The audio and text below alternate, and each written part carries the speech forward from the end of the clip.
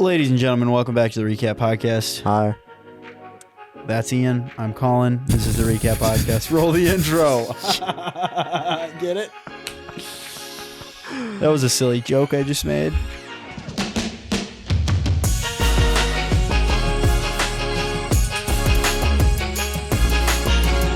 So as you can tell, based off of the title of the episode, probably, Colin said he'd think about it, but I need to make a formal apology to my dad. It was brought to my attention that last week's episode I yawned several times, and he was really pretty TO'd about it, Pretty TO'd? pretty ticked off. And I just need to make a formal apology and say that I'm sorry. So I'm sorry. I don't like it when people yawn, but Just not a fan of yawning, huh? when you're tired, you know, dude. Oh my gosh. Okay. So this leads me into a great story. I'm convinced you could have a conversation with yourself for like an hour and a half. You could just like talk about something and then that would trigger something. You'd be like, dude, and then just... Maybe it could happen. Colin, what are we drinking today? What's the drink of the day? Today we have... Dink me. Nice. Speaking of pickleball, dink. It's a pickleball thing. I had a pickleball influencer follow me on Instagram. Really? Yeah. Do you want to see? Awesome. I believe you, but you can jump in. I'll show you anyway. Yeah. Today we're drinking grape juice, I believe. Yeah.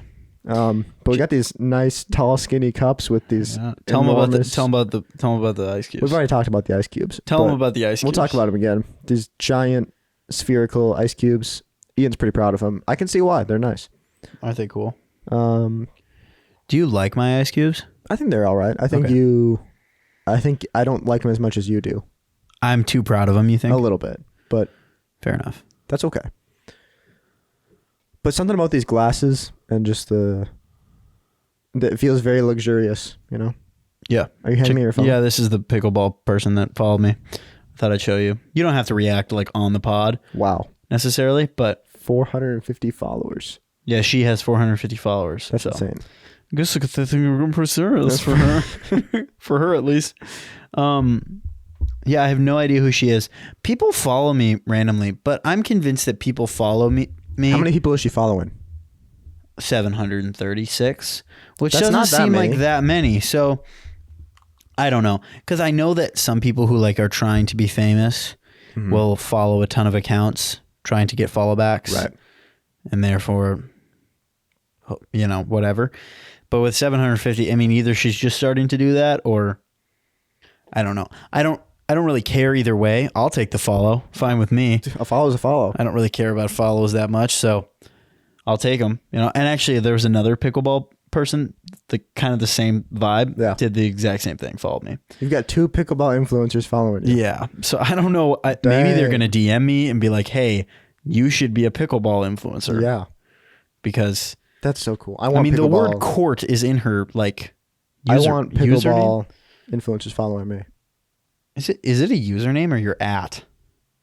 I think that's the same thing. What exactly is the difference? Almost positive those are the same thing. What was the other one?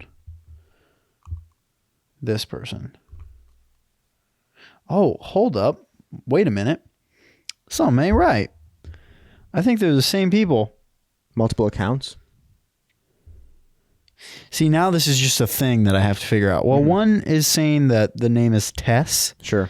And the other one is saying that the name is Quinn. But 2 of the posts are the exact. It's a bot. It's got to be a bot. Right? I don't know. Let me see. Okay. These 2. The 2 top ones. 2 most recent followers. Anyway, I was back to what I was saying about the yawning. Talking about yawning reminded me that I was on my way home from work the other day, and there was this car behind me. And you know how sometimes you just do you just glance in your mirrors as you talk as you drive, just periodically? Yeah, as one should. Yeah, I mean, I can't tell if it's a bot or not. Yeah, I don't know. Whatever, don't care. We moved on. Yeah, you're looking in your mirrors. Wait. Oh yeah, your wife. Can you texted reply to that? Just to explain to her what you need. My wife, Colin's gonna mount our TV tonight, and we don't have a socket set at the home because we're newlyweds and we don't have any tools yet. And me being a failure of a man, have yet to acquire many tools outside of my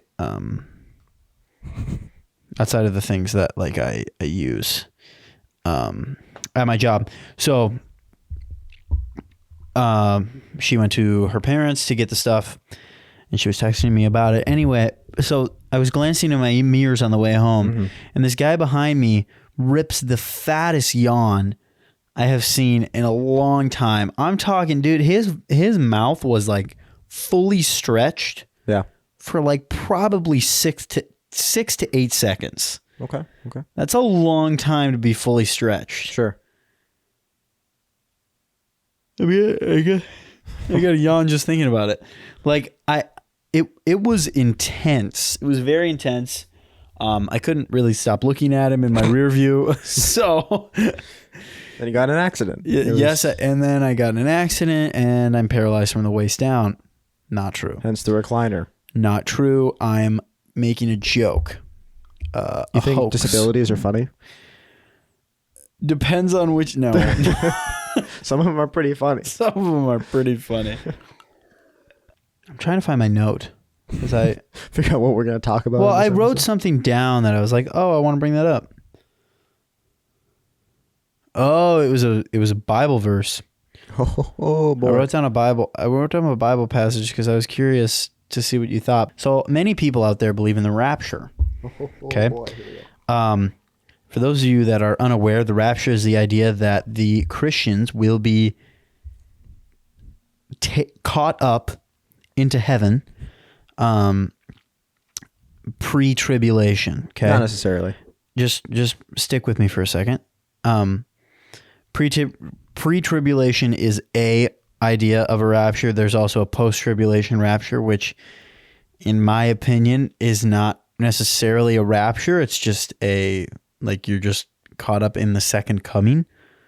Essentially, if the tribulation is over and the millennial reign has started, then I mean, the word rapture, I guess, would still apply, but in my head, it doesn't feel the same. Sure. As that's why it has a different term: pre-tribulation or post-tribulation rapture. Well, two different kinds of rapture. I know. I'm just Yes, correct. So I guess essentially you have to believe in one of them, right? Would you say that? I don't know. Okay. I don't know if one. Either way, that is what that is. Okay. Now, I was reading the old Bible the other day. That's a good start. And I came across some interesting little thing. Here we go. Called The Parable of the Weeds. You familiar with this parable? I think so. Matthew 13. I'll read it anyway. Not. I'll read it I'm anyway. The Parable of the Sower. I think that's a different one. Same. Oh, not the same. Okay. Not the same one. Yeah. But when I showed this to my mom, she was also like, I was like, Parable of the Weeds, and she was like, no, that's the Parable of the Sower, and I was like, no, it's a different one. It's different, and I hadn't really heard a ton about it, but I read it and I was like, whoa, that's cool. Okay, so I'll come back to the rapture thing when I'm done reading it. Okay, so it says this. It said, Jesus told them another parable. The kingdom of heaven is like, this is NIV, by the way. Okay. The kingdom of good context. Yeah. The kingdom of heaven is like a man who sowed good seed in his field. But while everyone was sleeping, his enemy came and sowed weeds among the wheat and went away. When the wheat sprouted and formed heads, then the weeds also appeared. When the wheat sprouted and formed heads, then the weeds also appeared.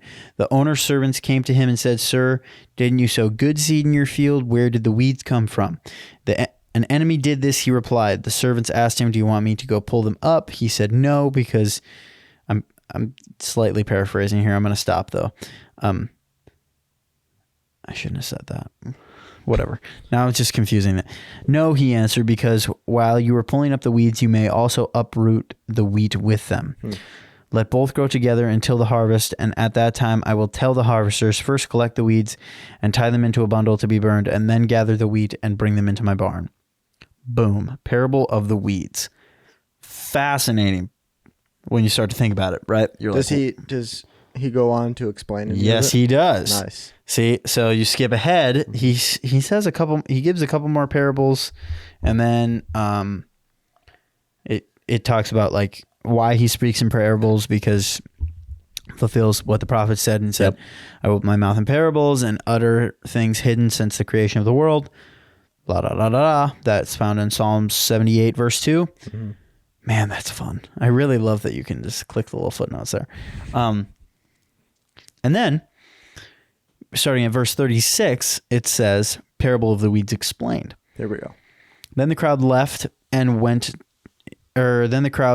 and left the house. His disciples came to him and said, explain to us the parable of the weeds in the field. Which, little sidetrack here, I love that, like, he did the parable of the parable of the weeds happened. There's a couple parables before that, but it's the parable of the weeds, and then it's the parable of the mustard seed and the yeast. Mm-hmm.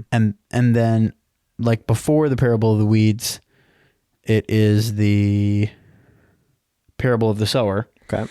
So they got all these like fire parables going on, right? Yeah. And like they come to him and they're like, hey, explain the weeds one. Because that one, I mean, I got the other ones, but that one tripped me up. Well, didn't he explain the other ones or some of them in the moment? Not the sower one. No. He explains that one after? I don't know that he... Maybe not in Matthew, but I'm pretty sure he does. Oh, yeah. Listen to what the parable of the sower means. Yep. Okay. Was that immediately after? That was immediately after. Okay. So that's why they didn't ask about that one. Right? Because he already explained it. Yeah, it must be. And he doesn't explain the yeast or mustard seed. Sure. Anyway, though, all that to be said, here we go. He says, explain to us the parable of the weeds in the field. He answered, the one who sows good seed is the Son of Man. The field is the world, and the good seed stands for the people of the kingdom. Right. The weeds are the people of the evil one, and the enemy who sows them is the devil. The harvest is the end of the age, and the harvesters are angels. As weeds are pulled up and burned in fire, so it will be at the end of the age. The Son of Man will send out his angels, and they will weed out of his kingdom everything that causes sin and all who do evil. They will throw them into the burning furnace, blazing furnace, where there will be weeping and gnashing of teeth. Then the righteous will shine like the sun in the kingdom of their Father. Whoever has ears, let them hear. Boom, right? So the reason that this That's okay. The reason that this kind of like made me stop and go like, what? Like, huh? Yeah. You know? I was kind of like, huh? It was because it's obviously talking about the end of the age, right? So the final days, the end times. And it says that, he says in the parable of the weeds, that the harvester said, do you want us to take the weeds away and get rid of them? Right. And he says, no, because you could uproot the wheat at the same time. Right. So wait until the wheat is grown up and strong and then get rid of the weeds. Sure. Like, let them both grow together. And that, like, to me, and I could be mistaken, I don't know, to me, kind of, like, works against, like, a pre-tribulation rapture in my head. I don't know. I don't know if it... Because the pushback I would give to that is, and I'm not even necessarily for a pre-trib rapture. We don't have to share our beliefs. But, well, I will. I don't care. Okay, I'm just kidding. I was teasing. It was a tease. It was just a tease. It was a tease. That would be not plucking the weeds, but harvesting the wheat early. A rapture would, right?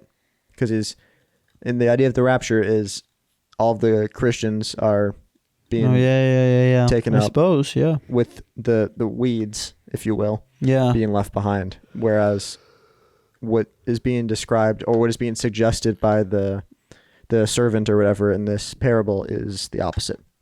Sure, but that's a good point that I hadn't thought about. But isn't it even saying though that the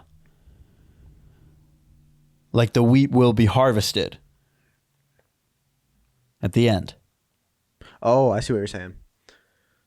Right, like at the end of it, they ultimately remove both of them from the field. Right. Right. Yeah. So I that think, in itself again would speak again because Sure, to that everyone. one is everybody at the same time. Well,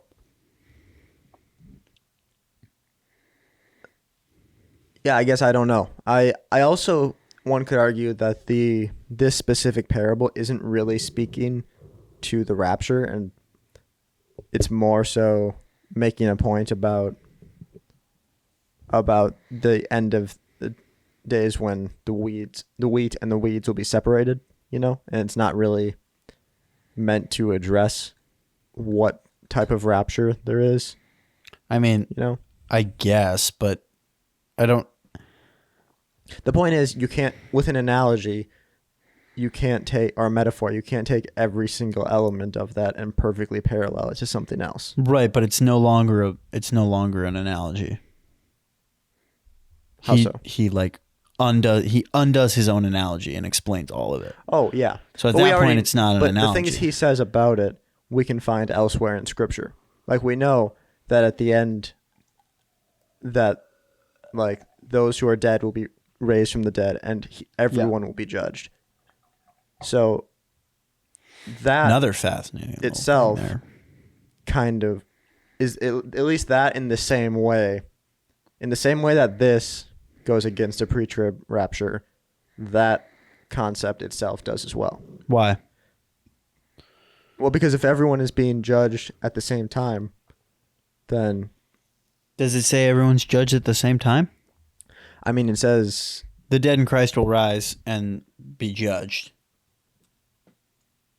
I guess I don't know for certain, but maybe that could just be something I've assumed. But I'll find the verse. Yeah, see what you can find. So the pushback that I have received from people about that is that they say it's referring to the second coming of Christ and not the rapture.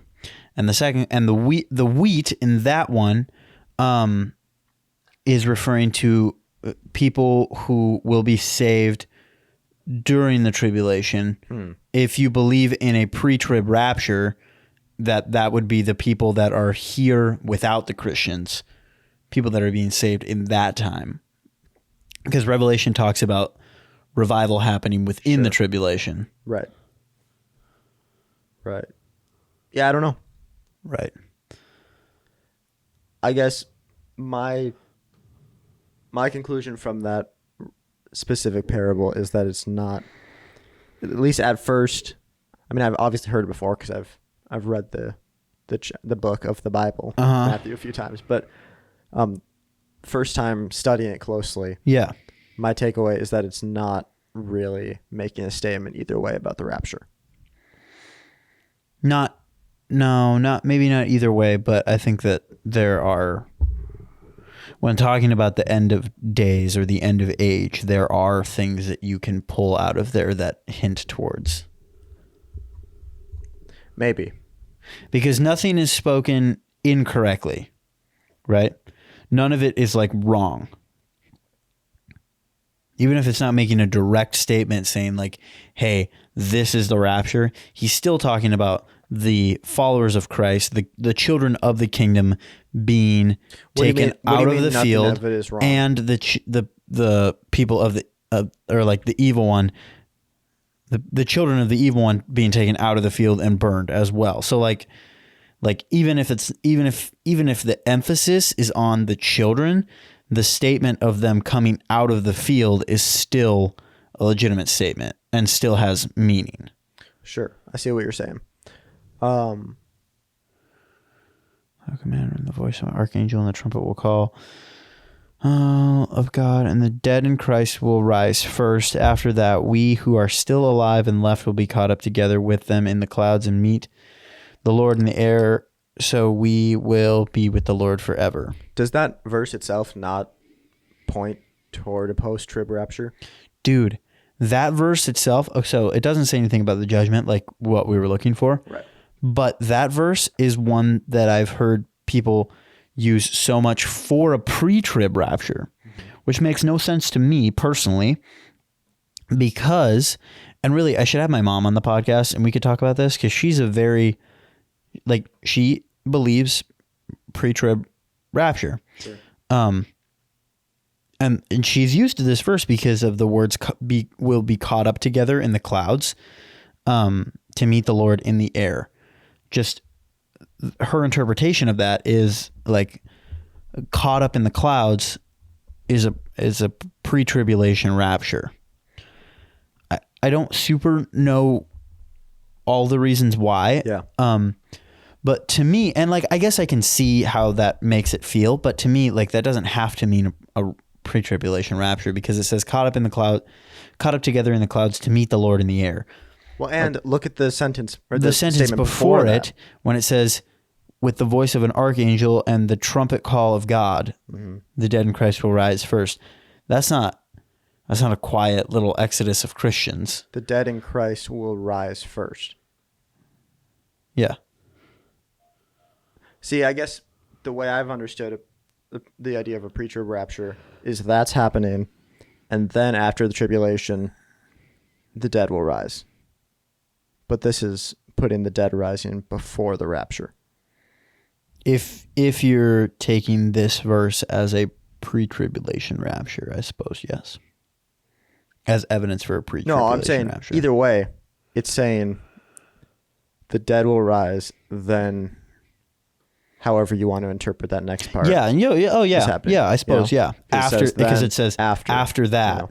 we who are still alive and left will be caught up together with them in the clouds. So you'll go with the dead in Christ in the clouds to meet the Lord in the air. Mm-hmm.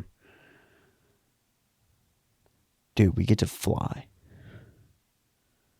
Probably. Maybe. I mean, maybe somebody picks us up and whooshes us up there. Yeah. Either way, we get to be caught up together in the clouds. I don't know. I feel like saying that we get to fly isn't that much of a stretch. Maybe we won't be able to control our flight, but we will be flying through the air. Anyway, that was good. That was good. Good discussion. That was Theology Thursday for you. Theology Thursday. Oh, dude, this comes out on Thursday. No, it doesn't. Oh, yes, it does. It does. I almost just said no, it doesn't. It comes out on Friday because the last couple episodes have come out on Friday. My bad. I've got a busy life. Okay, it's hard to get the editing done on time. It's Colin's fault, It but is. only because I don't do anything beyond sit in this chair and talk to you guys. Mm-hmm. But without me, the podcast wouldn't exist. It's So true. without Colin, it wouldn't either. But it still could, which it also could without me. All those words, those like 25 words I just said, totally meaningless, pointless. That kind of sums up our podcast, though. Meaningless and pointless? I wouldn't say so. A little Ecclesiastes for you. I would say that the discussion we've had for the last close to half hour has been fruitful. You think so? I think the past conversation we had, or the past topic, was somewhat fruitful, but before that, I would say it was pretty pointless. What do you mean? I think the theology stuff was fruitful enough, but before that, I think What was before that? I don't even remember. The yawn and That's what I'm stuff? saying. That's what I'm saying. It was pointless. Oh, by the way, got hopefully more content incoming from a Dexter. Yeah. Yeah, Tiara. Cool. I told you about this, but Oh, yeah. I'm going to tell her right now. Tiara, text me. Tiara said she will text me. And if you that feels weird. Don't sit at your desk and think of content for us to talk about. I mean, you can if you want, but Give us like an outline for next week's but like episode, please. I don't want this podcast to turn into the Dexter's job. like I don't hate it. But she said that she doesn't have Instagram, so she was like, I don't know how to get you ideas. I was like, you have my number. Shoot me a text. Text me. Text me. What a absolute banger of a voicemail. Text me. Hey, this is Ian. Text me. Is that your voicemail? No. Oh. Mine just says like, hi, this is Ian. Same. Like you've reached the voicemail. Except it doesn't say Ian, it says You've Colin. reached the voicemail of Ian Anderson or something like that. I don't know. Yeah. My number is 612. Just teasing. No, but dude, voicemails are funny things. I used to have a really funny voicemail. Well, it wasn't that funny. It was like the hello. Hello? Yeah, I had that one for a while too. Can't hear you. You're gonna have to speak up. Sorry. It's a classic. Can't hear you. I'm just messing with you. I'm not even here. Talk to you later. Like, leave a message or whatever. Yeah, so I used to have that for a while. And then I was visiting my brother at college, sitting in a class with him. My phone starts going off. And it was this camp, not the camp that I ended up working at, but the camp that we used to go to when we were growing up. They were calling me because I had applied for a job and I missed it. And it went to voicemail. That's embarrassing. And I was like, my hopefully future employer just heard that voicemail, and that's when I switched it. So it's fun for a while, kids, until that day comes that you need a job, you know. And, but he never said anything about it. I called him back right away because it went to voicemail. And I stood there for a second like, man, I missed it. And I walked back. I remember I walked back in the class. I sat down and my brother looked at me like, what the heck are you doing back in here already? And I was like, I missed a call. And he's like, call them back. And I was like, oh, good idea. Oh, yeah, that's a thing you can do. Oh, yeah, that's the thing. I'd never done this before. Called them back and they were like, hey, Ian, we'd love to chat about the job, etc. And then I ended up getting the job and I was accepted and I was all set up to work there. And then this little thing happened to our world called COVID. Why do people do that? Can we jump to why do people do that quick? Yeah. Everyone's guilty of it. Literally everybody. But why do people say, and then COVID happened? It irks me, dude. Can I have a really proud moment right now? Sure. I don't say that. What I say instead, just to be a little bit the pandemic, a little bit prickly, is like when I've mentioned it in a paper at school or something. Yep. I'd say something along the lines of the coronavirus. After COVID-19 and the resulting government shutdown and the following government shutdowns, or I do something very clearly to say it wasn't the virus's fault. It was government overreach's fault. It was the government's fault. You know? I like that. Because at the end of the day, guys, it wasn't the virus. The virus is a flu. If you have COVID-19 now, the doctor said, did you hear about that? My coworker told me that, somebody important, CDC, maybe, I don't know, has now said that if you do get COVID-19, you don't need to go to the hospital. Wow. That's crazy. Just let it go. It'll work itself out. Have you had COVID? Nothing tested. Same. I'm pretty sure I had it I had flu-like symptoms for a few days. Flu-like symptoms for a week. I had a cold that was probably COVID-19. I did get tested once because we had a quote-unquote outbreak at. That's not true. We didn't have an outbreak. A few people got it at camp. And so it was just protocol to swab everybody up. So they swabbed us all, and I did not have it that time. So, how was the test? It was not as bad as it was. Just like you just rub the inside of your nose. Like I got a virus test one time when I was probably 13. Yeah, and I had a virus, dude. It was bad. Like I had no energy. My body was aching. I just laid on the floor. Sounds like me all the time. No, I remember I was in bed for a while and my mom was like, okay, we're going to take you to the clinic and get you checked out because this is she's like, I just don't know what we're dealing with. So I remember I got out of bed and she was in the closet getting my clothes and I literally couldn't stand. So I just got down on my knees and laid on the floor. It was it was carry me. It was like get the gurney. I can't do it. Call the ambulance. It's bad. I'm going down. I'm going down. I'm going down. No, but I got a virus test for that, and they shove that Q-tip up there, dude, in the nose. Yeah. in my nose. Like it went way up into my nose and like it hurt bad. It hurt really bad. And then the COVID came out and they were just like, I just need a little bit of your mucus. Was the COVID test you did one of those self-administer ones, or did like a pro do it? Or did you do it yourself? How do you not remember this? I don't. Either I did it or someone else did it. Either I did it or my camp director did it, but he's not like a trained. I mean, maybe he like did a little course about how to administer the test, but he's not like a medical professional. Because from what I understand, like when you do it yourself, you just don't stick the Q-tip up as far. Oh. Versus when you get like a real test, they like shove it up your brain. Oh, gotcha. Well, I don't know. I have no idea. Though. All I remember is that it didn't really get shoved up my brain. Nice. But I was like, oh, that's Lovely. a COVID test. Boom. And then I went back and cooked more food in the kitchen. So nice. Without covering his hair, of course. Or hands. There were cupcakes. Yeah. At one point that this COVID person cakes? made cupcakes, and like she was like she decorated those they were gorgeous, like cupcakes. They were s'more cupcakes, so they had like little marshmallows on them, and she like toasted all the marshmallows, like the mini marshmallows individually, and she like placed little sprinkles. They were really gorgeous cupcakes, and then she wasn't feeling good, and she had a fever.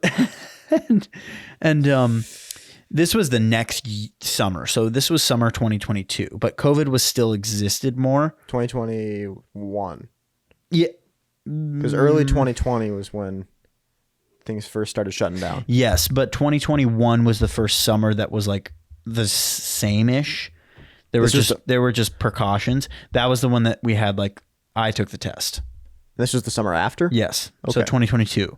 So okay. So the summer before last. Yeah. Okay. So COVID was still like relevant. Dang, was it really? Somewhat within situations like that. Like it had to be watched, right? So she had a fever, and so she like left and she got a COVID test, and so they were like, pull the cupcakes. Like we have to wait to hear the results. Quarantine the cupcakes. It's pretty much what it was like. It was like, we have to wait and see the results. Like, how many people have gotten a cupcake? And I'm like, maybe like 6 people. Maybe. I don't know. I'm like, what? Do you know what you're asking me right now? This is a buffet style, kind of a buffet style. It's served, but like still, like we have 250 kids coming through here. You can't possibly expect me to know how many people got a cupcake. Yeah. You know? So we quarantined the cupcakes for a while, and then it came back as a negative COVID test, and we put the cupcakes back out. And they're like, oh, she doesn't have COVID, so she can't possibly be sick with anything else contagious. I guess we didn't care if it was anything else. It was a crazy time. But so we put the cupcakes back out, and like people ate half of them, right? Because everybody else had gone through, and it was like one of those dinners up at camp where like you don't have time to sit around, like. We're doing dinner, and then we literally have to go ride the zip line because this is our time to ride the zip line. You're doing dinner and then get your face paint for Capture the Flag. Exactly. Right now. So we had so many cupcakes left over. We had like 110 cupcakes, and we're like, what the heck are we going to do with these cupcakes? What are we going to do with these cupcakes? I don't know. I don't remember. We probably threw a lot of them away. I don't know. I just don't know. Anyway, that's my COVID story. It's a good COVID story. How did we get to COVID? Because you were talking about when COVID happened. Yeah, why do people do that? I just don't like the phrase, and I catch myself doing it all the time. Then COVID happened. Then COVID. It's like one of those things that someone said as like a quirky way of putting it. Yeah. And everyone else was like, that's going to be my thing now too. That's my thing. Then COVID happened, you know. But I do it. I say it because, especially in regards to like the camp portion of my life, because a lot of people have asked me, and people ask me all the time. Well, people have asked me like, why do you work at that camp as opposed to the camp you grew up working at? Right. I was like, well, I was going to work at that other camp, but then COVID happened. See, well, here's what you need to say instead. But then the government told us to then our tyrannical government decided to shut down the economy and just and lock lives. us in our home. Unconstitutionally, may I add. You may. I will. Unconstitutionally. For no reason for the better part of a year. Yeah. 2 weeks, guys. 2 weeks and we'll nip this thing in the bud. Do you remember when... I was about to say it. When COVID happened. At the beginning, when they first did like the stay-at-home order. Yeah, and nobody did it. No, at first, like everyone was kind of following it. Oh, I didn't. You did because... I did not. Me, you, and your brother and Marlo. I don't know why didn't say your brother's name. Logan. We were gonna have a sleepover. Your brother and then your other brother named Marlo.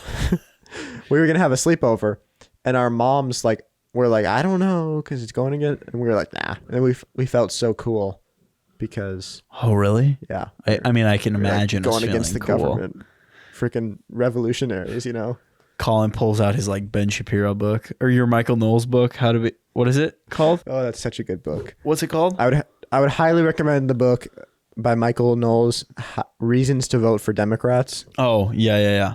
Great book. Highly recommend it. It's a quick read. How many pages, roughly? 100 to 200. Okay. But it goes a lot faster than you'd think based on that. Like, it's one of those books you just pick up and you can read it in a sitting. You know? Yeah. Like, it's just a page turner. It feels like you're going like boom, boom, boom, boom, boom, and you're done. Absolutely. Yeah. It's a good book. You should read it. Reason to Vote for a Democrat. Because there are a lot of pages. There are pages. The book has pages. Yeah. Anyway, yeah, I can totally see us doing that.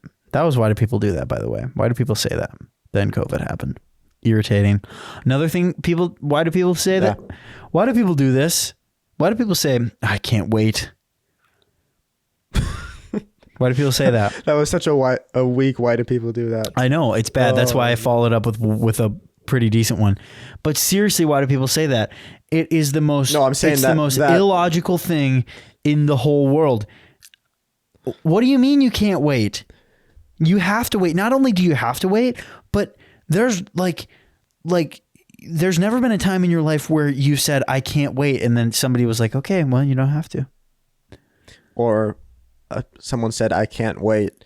And then didn't proceed to wait. Yeah, exactly. It's always followed by waiting. What else are you going to do? There's so many phrases like that, though. I mean, maybe there are. The biggest word for that is literally. If someone ever says literally, they don't actually mean literally. For example, I literally could not get out of bed this morning. Really? You're standing right here in front of me. So, or sometimes people use the word when it's just not necessary. My wife said it the other day. I dropped something on her foot and she went, that is my literal foot. And I was like, no way. Is as it opposed really? To your figurative foot. Your hypothetical Drop it right foot. next to her foot. How? That was my figurative foot. That would be funny. That would be funny. What if we just started saying it like that? Like, did we talk about healthy on the podcast, by the way? I don't know. Guys, we have a new word. Instead of saying like, oh, that's sick, you just say, that's healthy. It's not a new healthy. word. It's a new phrase. No usage? Yeah, I don't know. It's a thing. It's a new thing we're doing. We coined it.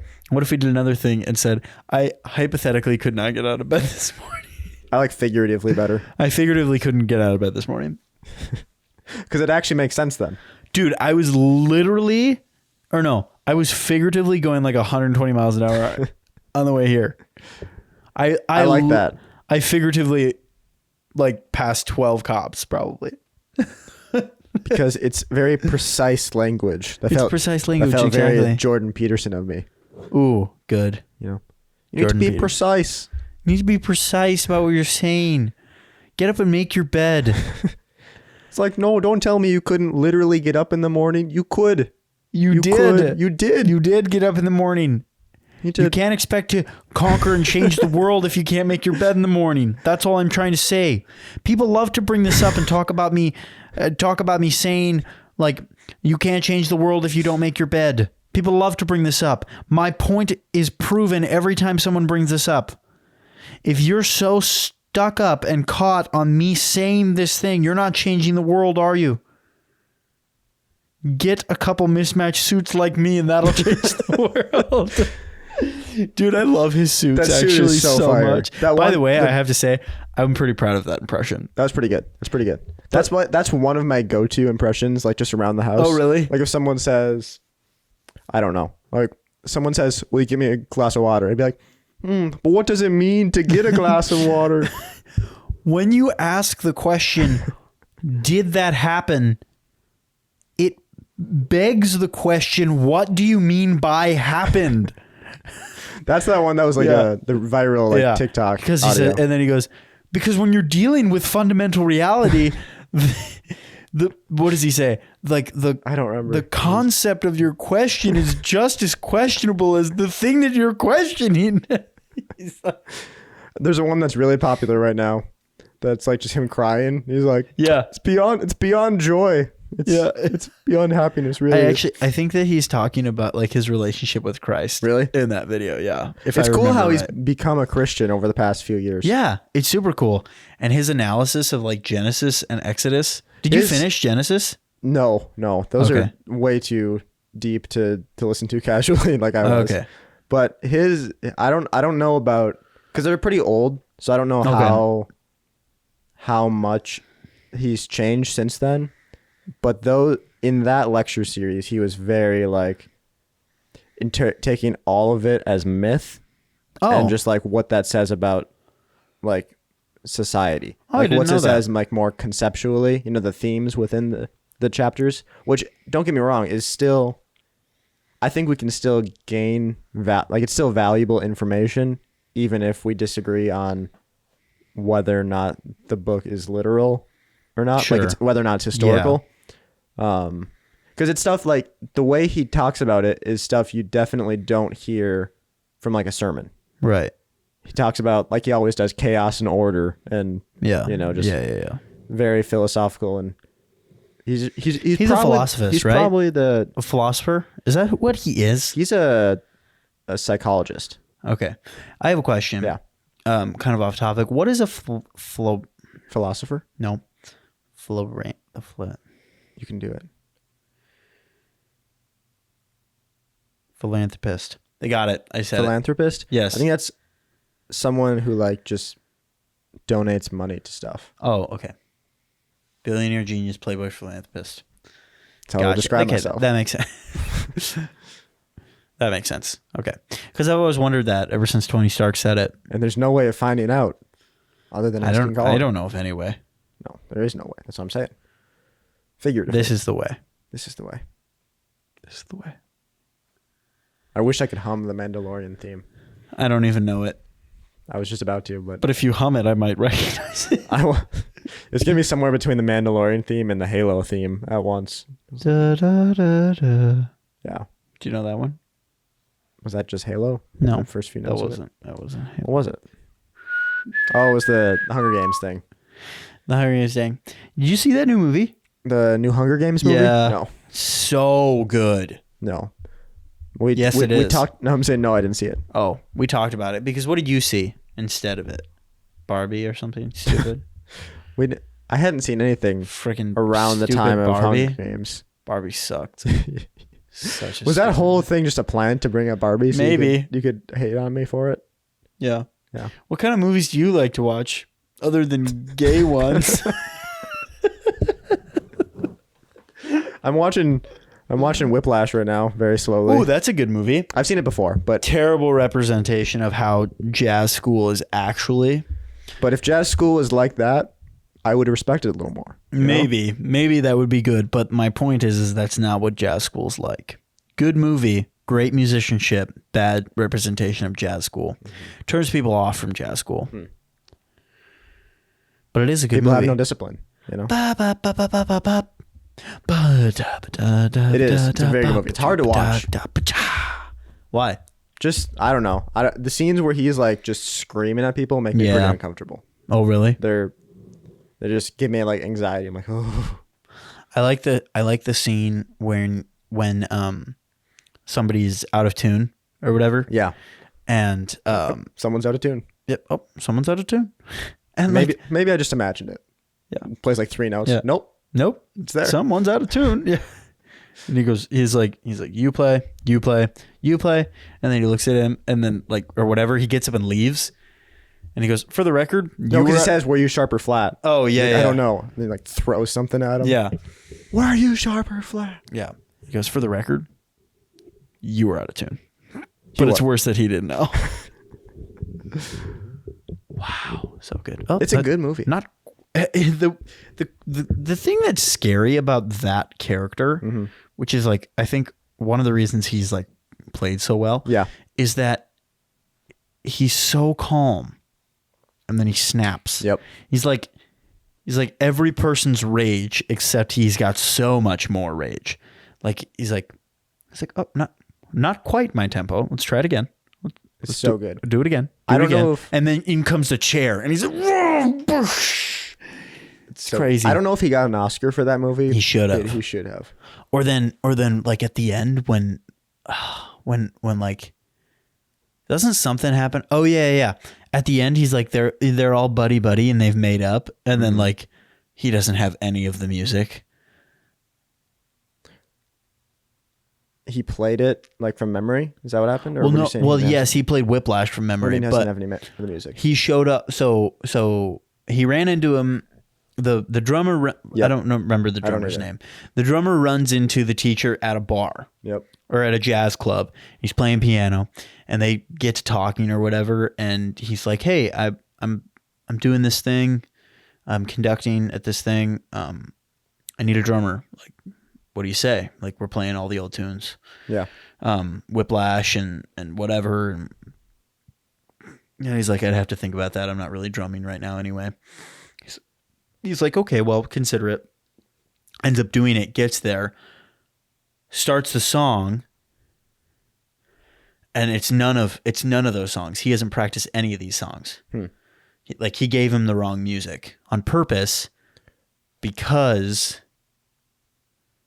of like the thing that like because the drummer told the school that he was like being a bad person. Oh, right. Yes. So like right before the performance starts, he walks up to the drum set and he's like, "Are you good? How you doing? Like, good? Everything good?" And he looks at me. It's a really cool like. But then he nails it anyway. anyway. camera moment too, because like he's like, "Yeah, everything's good," and then it like the camera like moves to his face and he's like sitting there staring at him. He goes, "I knew it was you the whole time." Wheaton, I think is his name. Wheaton. He calls him Wheaton. He's like, I knew it was you the whole time, Wheaton, or whatever. And like, this is payback or something like that. He nails the set. No, anyway, right? No, he totally embarrasses himself the whole time, and then it like they don't know what to do. Like all the musicians are like, "What's going on?" And then all of a sudden he just starts playing Whiplash. Right. And he starts doing the drum solo. Yep. He's like, and then like. And he does this most incredible drum solo because it's so crazy, like big, and then he slows it all the way down to the end. And then like or he speeds it up with something, or like, and the guy's like, "What are you doing? Like, what do you do?" Like they're like buddies again all of a sudden. It's weird. And he's like, "What are you doing? What are you doing?" He goes, "I'll cue you." He's like, "Oh, okay." And he like builds it up, and then he cues him. And then the movie's over. Really cool ending. Yeah. Because if I'm remembering correctly, sorry, that was like the ending is like there's multiple ways you can interpret it. Maybe. Yeah, that's what it is. That's what it is. Because there's I'll recap this again once I watch it. Yeah, there was a terrible because I was like, I'm like I haven't seen it in years, except I'm like a quarter of the way into it again. Sorry for spoiling everything. Well, I remember it. I know. But I had forgotten, but now I remember a little bit. But if I'm remembering correctly, you can like either interpret it as him setting him up to fail, like ultimately was to get him to succeed or something, or he just hates his guts. I mean, yeah, I guess you could interpret it both those ways. But no, like he just hates his guts, in my opinion. In your opinion. But then he like kind of doesn't. It was kind of like, okay, this is revenge. Revenge happened. We're good. You know what I mean? Yeah. Another thing I like about that movie is like, I don't hate you. I just hated you. Right. It's kind of like us, Right. Like I love you. I just sometimes you hate me. Sometimes I Should know. we wrap this up? I feel like we've been we're over an hour now. We are over an hour, and we've been babbling. We're rambling a little bit, so let's call it an episode. All right. We're gonna move into our subscriber only portion. If you're Patreon, we're gonna go for another hour. Yeah. And we're gonna talk about Whiplash. I'm gonna get my watch collection. We're gonna go through it. Show you each individual piece. And then next week we're gonna do my playing cards. I have a coin collection we could go through. Pocket knives. Anyway, books. If you haven't subscribed, backpacks. this is all you get. So yeah, but if you haven't subscribed, you don't get all that love stuff. you, bye. Oh, can we do that again? Yeah, for sure. Love you, bye.